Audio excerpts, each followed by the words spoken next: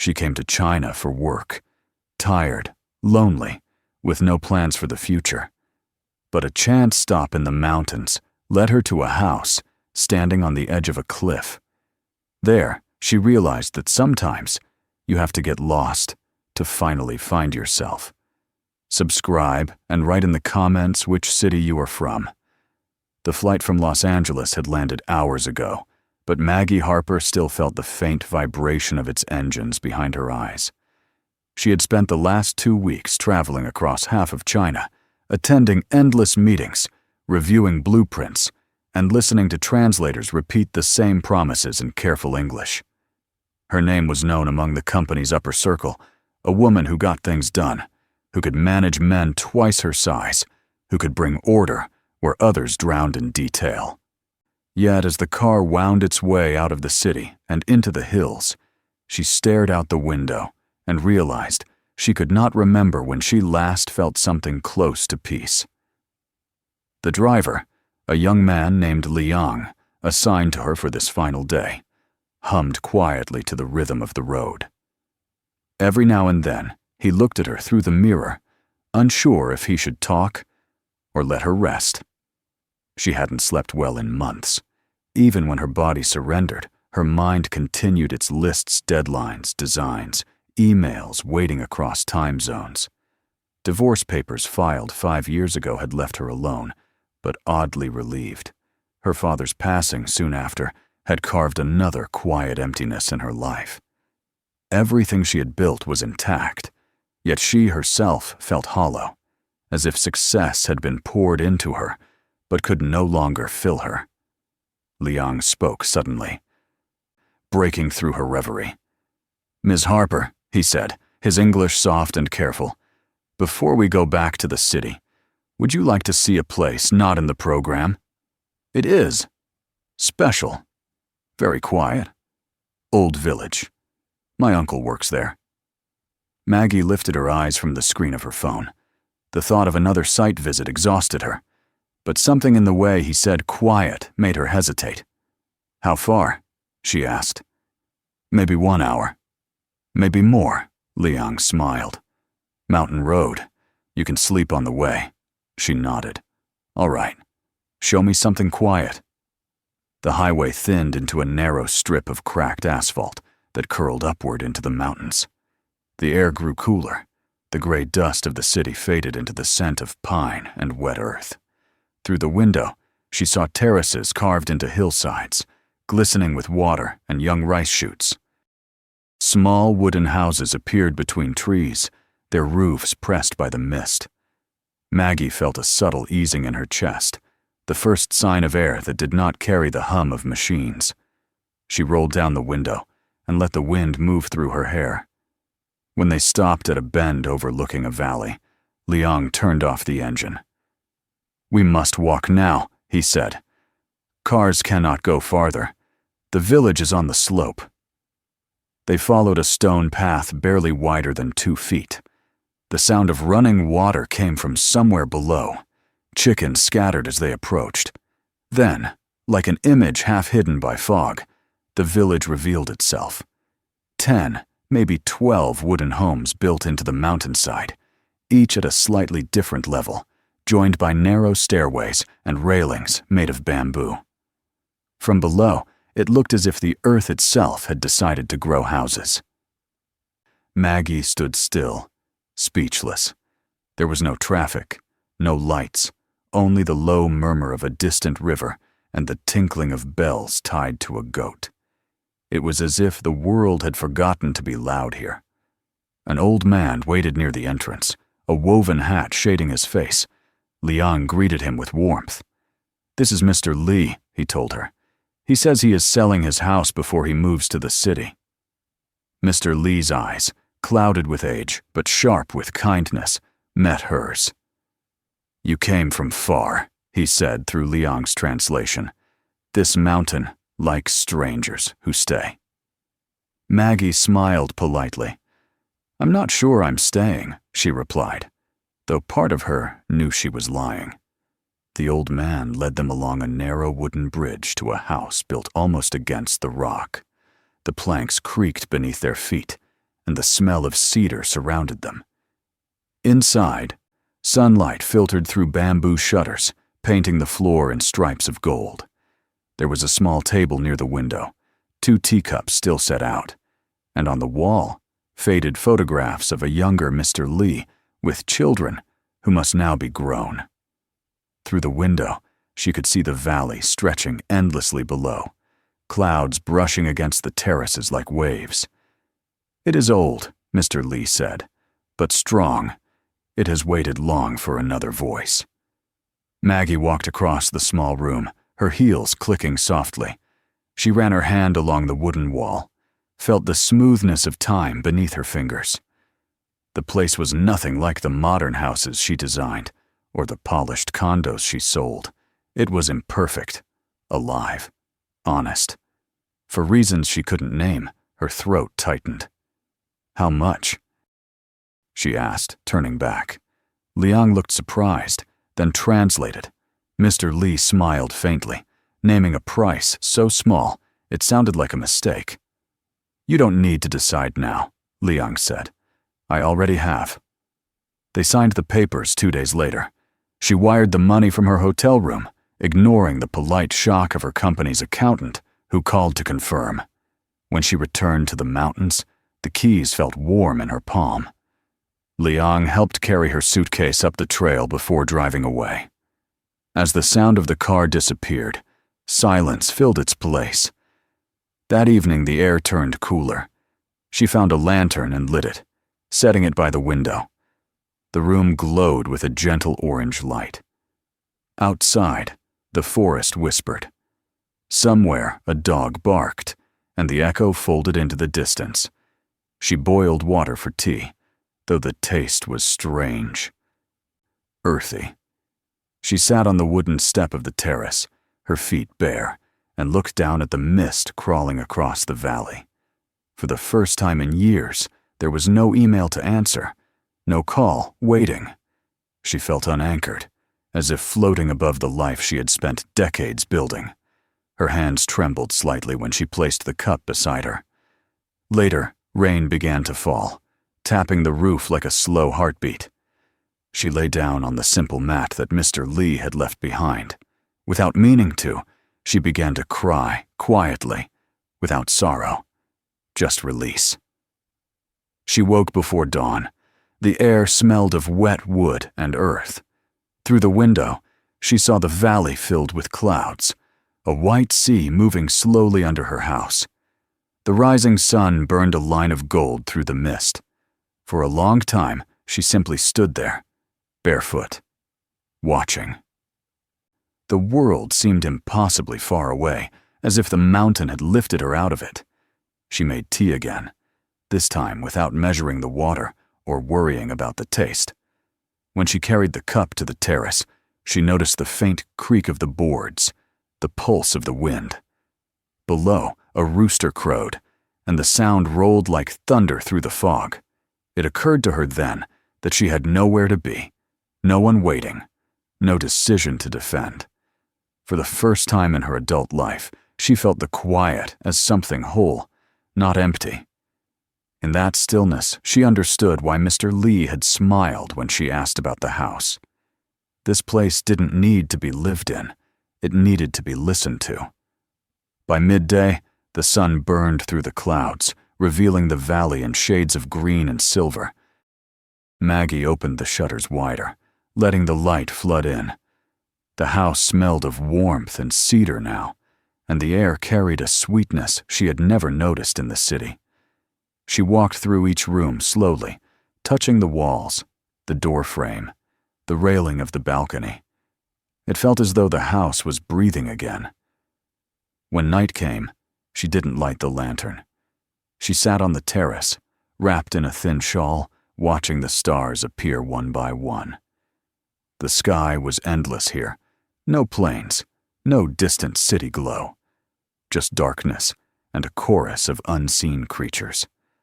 For a brief, startling moment, she imagined staying, really staying. Maybe a month, maybe longer.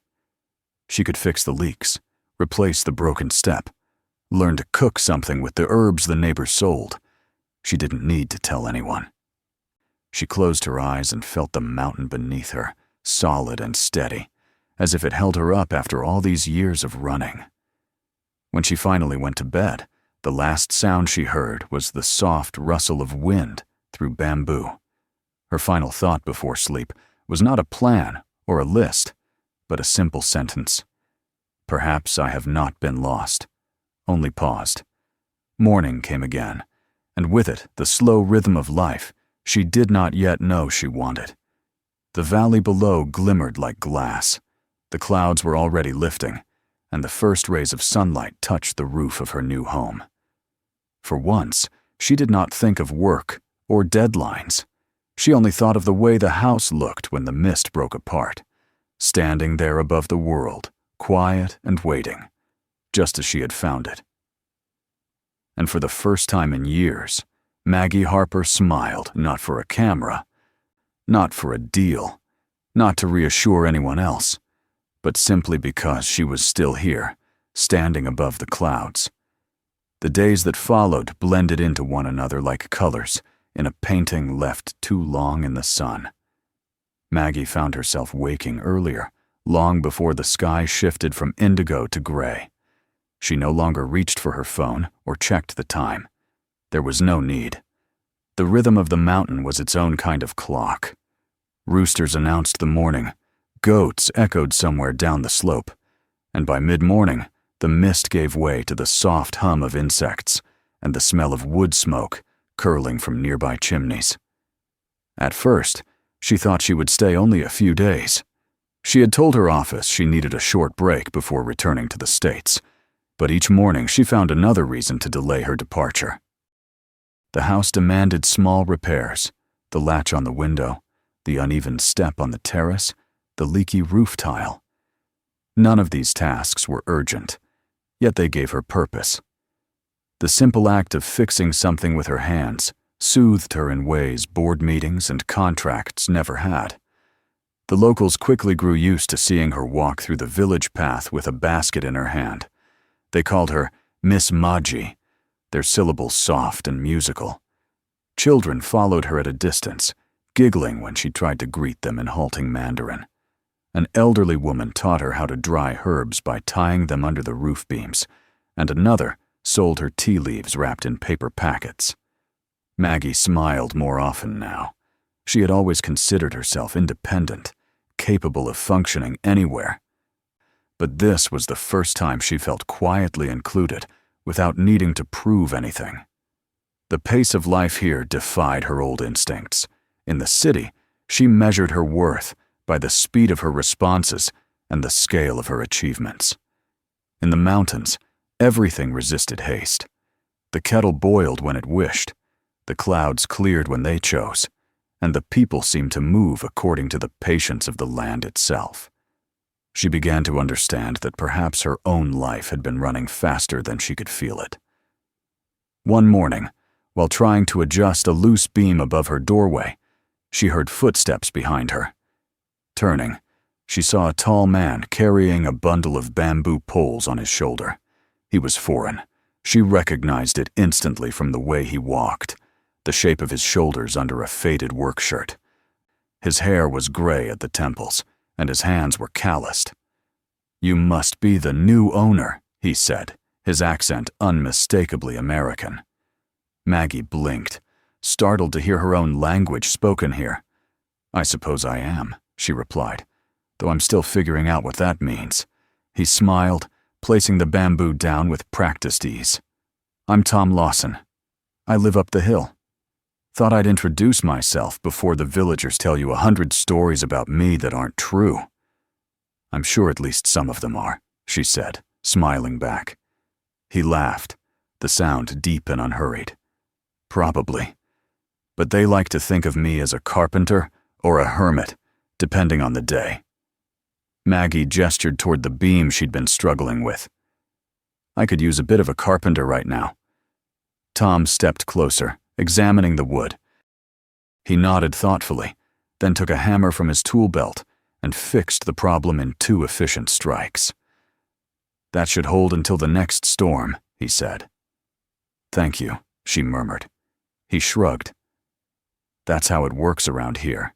Everyone helps everyone, even the stubborn newcomers. They talked for a while on her terrace, sharing tea that she brewed too strong. Tom told her he had been living in the village for nearly 3 years. Before that, he had worked as an architect in Seattle, specializing in glass towers and luxury homes.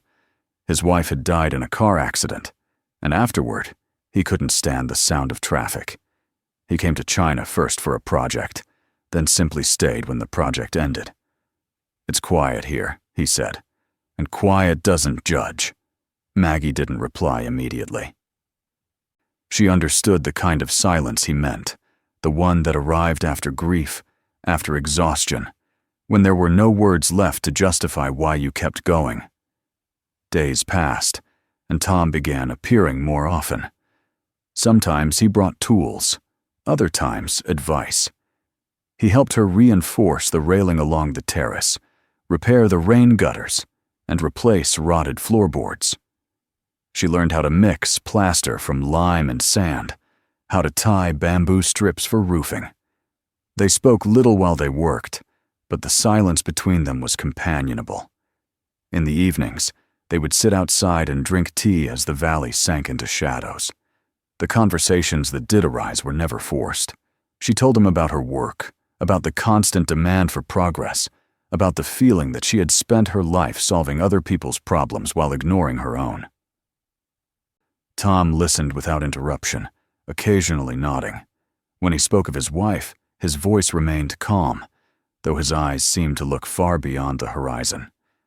Loss doesn't go away, he said once. You just learn to live beside it, like another house next to yours. You don't visit every day, but you know it's there. Maggie thought about that for a long time. She began keeping a small notebook, sketching rough designs for her house, where to add shelves, how to repair the steps, ideas for a small vegetable garden. She hadn't drawn anything by hand in years. Tom noticed and teased her gently. Careful, he said. That's how it starts. One drawing, and suddenly you're redesigning the whole village. Maybe it needs redesigning, she answered. The path between the upper houses is slippery when it rains. We could build a better drainage channel. The following week they did. With the help of a few locals, they dug a trench and lined it with stones. Tom taught her how to anchor the edges so they wouldn't erode. She marveled at how efficiently he worked, how his hands seemed to understand the rhythm of wood and earth better than his voice could explain. When the work was done, they stood side by side, watching water run cleanly down the slope after a sudden afternoon rain. See, he said, wiping his hands. You fit here more than you think. That night, Maggie couldn't sleep. She sat on the terrace, staring at the valley lit faintly by the moon. There was a steadiness in her now, something she hadn't felt in years. She realized she was no longer counting the days until she left. The thought of returning to her old office, her apartment, the constant noise, it all seemed distant, like a past life someone else had lived. As the months drifted by, the seasons began to mark her time. The summer brought heavy rains that turned the valley green and alive. Autumn came in waves of amber light, the rice fields below shining like mirrors. During the Festival of Lanterns, the villagers lit candles inside paper spheres and sent them into the sky. Maggie and Tom stood among them, their faces bathed in the glow. You know, Tom said softly, you don't have to run back to whatever waits for you. Sometimes, staying is also a kind of work. She looked up at the lanterns floating higher. I'm not sure I remember how to stay, she admitted. Then practice, he replied. They grew closer in the way people do when words become unnecessary. He built a small bench on her terrace, and she brought him jars of preserved fruit she learned to make from a neighbor. They never defined what they were to each other. They simply existed side by side, like two trees sharing the same patch of light.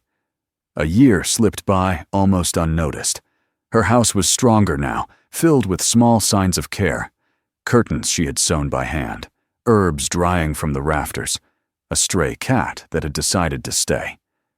The villagers treated her as one of their own. Sometimes she helped the younger men read blueprints for repairs. Sometimes she spent the day walking along the ridge, sketching the view. The air had woven itself into her life.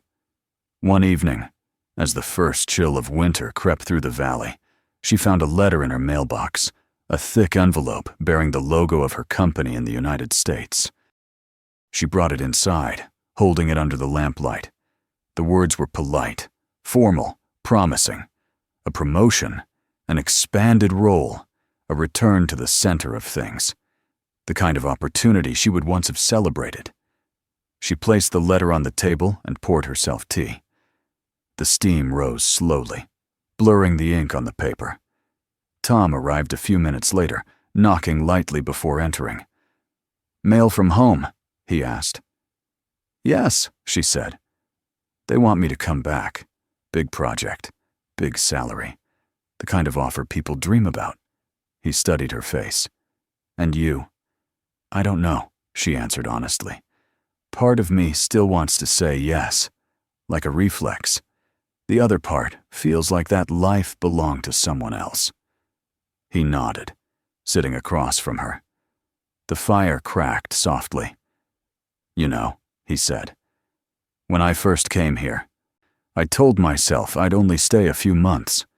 I thought I'd come to fix a building, not myself. But the thing about silence, it gets inside you. Makes it hard to go back to noise." She looked at him, her fingers resting on the edge of the envelope. "You think I'm hiding here?" "I think you're healing," he said simply. "There's a difference." They didn't speak again for a while. Outside, the wind picked up, carrying the scent of rain from the valley. She realized the mountain had become part of her breathing. Later that night, long after Tom left, Maggie stepped onto the terrace. The fog was climbing again, swirling beneath the house like a living sea. She thought about all the years she had spent chasing certainty, chasing control. Yet here, nothing was certain, nothing controlled, and still, it felt enough. The letter lay unopened on her table. She knew she would eventually read it, maybe even reply, but not tonight. Tonight, she wanted to listen to the wind, to the faint creak of the bamboo, to her own heartbeat, finding its rhythm again. She stayed there until the stars disappeared behind the mist and the first hint of dawn touched the horizon. The mountains glowed faintly, and somewhere above, a rooster announced another day. She smiled, realizing she no longer thought of herself as a visitor. This was home, for now, for however long the quiet allowed. And when she finally turned back into the house, the envelope still waiting under the soft glow of the lamp, she whispered to herself, "Not yet." Winter came quietly to the mountain, folding the valley beneath a thin veil of mist. Maggie had grown used to the smell of smoke from her own chimney, the rhythm of rain tapping against the roof, the slow procession of days that asked for nothing more than her presence. But when the letter from her company arrived, it unsettled the stillness she had learned to carry. It remained unopened for 2 nights before she finally broke the seal, as though she feared that reading it might pull her back into a world she had just escaped. The offer was clear and dazzling in its familiarity. A promotion to regional director, a salary that could rebuild her life 10 times over, an apartment waiting in San Francisco with a view of the bay. Her old colleagues wrote in their efficient way, calling it an opportunity for leadership.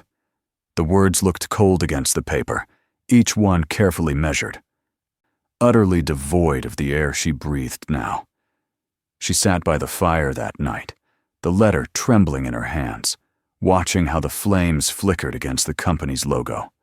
It was a mirror of her old world, precise, ambitious, suffocating.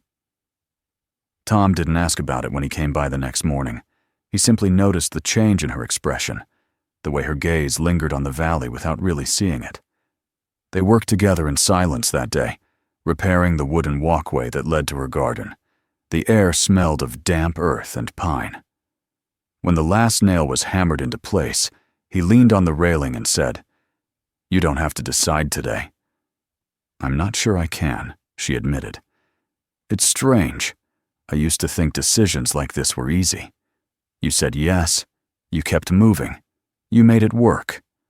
But now you've seen the world stand still," he finished for her. She looked at him, and he smiled faintly. "The noise of the old life doesn't disappear overnight. It calls you back, makes you think you owe it something." They stood together until the wind grew sharp. Inside, Maggie folded the letter and placed it between the pages of her notebook. For the first time in years, she didn't make a list of pros and cons. She simply let the question remain unanswered. As winter deepened, she noticed how the mountain seemed to shift with the cold. The villagers moved slower, speaking softly, conserving warmth. Children skated on thin ice near the river. Tom built a stove for her kitchen, his hands blackened from soot. She cooked him soup as thanks, though it turned out too salty. He laughed, calling it American miso, and ate it anyway. Their friendship had reached the point where words were no longer needed to fill the spaces between them. One evening, as the last snow melted from the rooftops, Maggie walked alone to the ridge above the village. The view stretched endlessly. Pale hills, terraces shimmering like broken glass, clouds gathering in the folds of the mountains.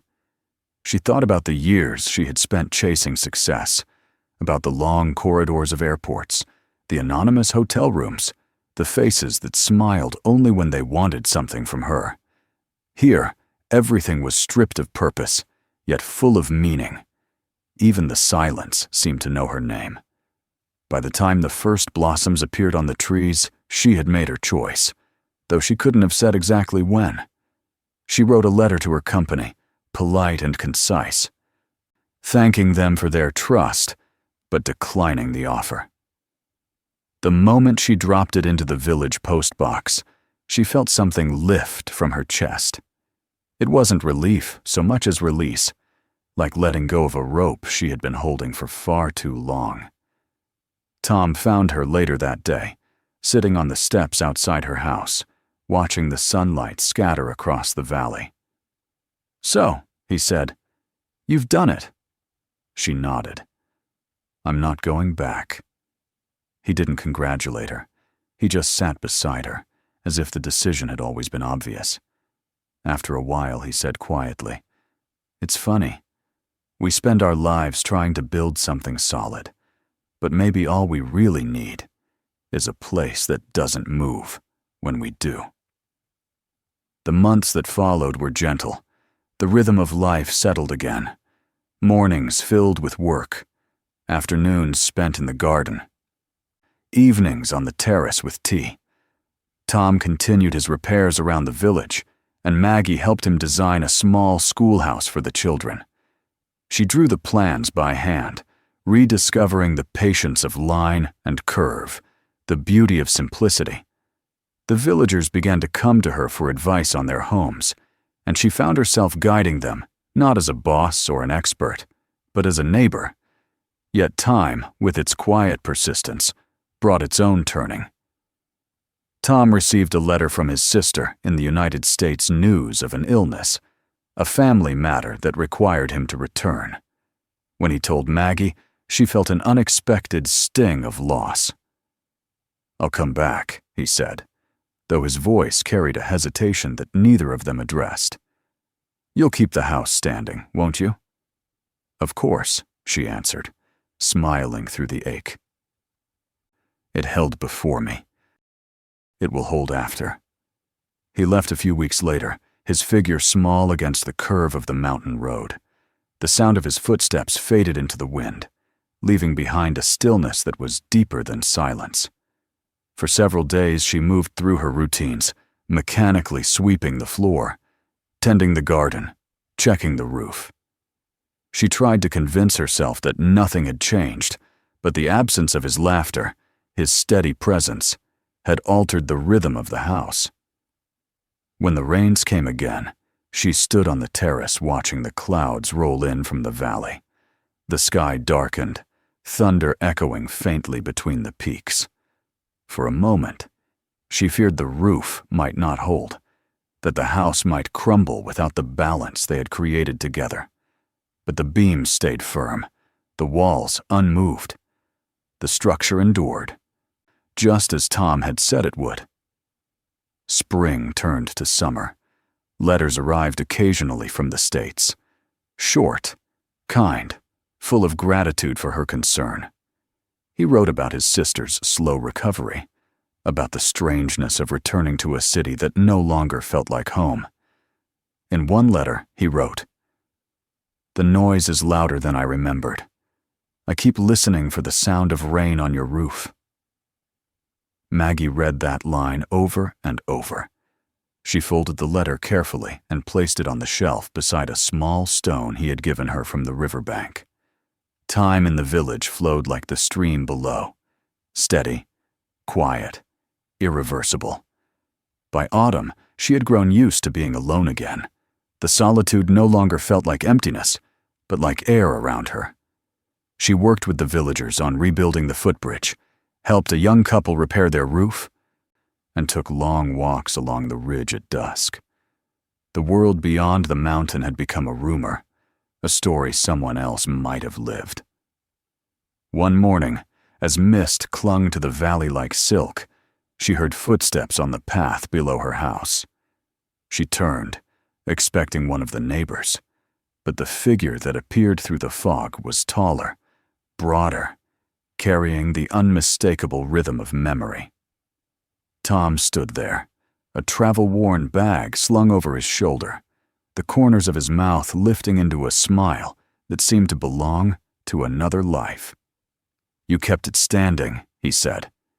"You took your time," she replied, her voice steady, though her heart had begun to race. He climbed the last few steps to the terrace, setting down his bag. "The noise got too loud," he said simply. "I thought I'd come listen to something real again." They stood facing each other, the silence between them vast, but gentle. There were no confessions, no declarations, only the quiet understanding of two people who had stopped searching for reasons. She poured tea without asking if he wanted any.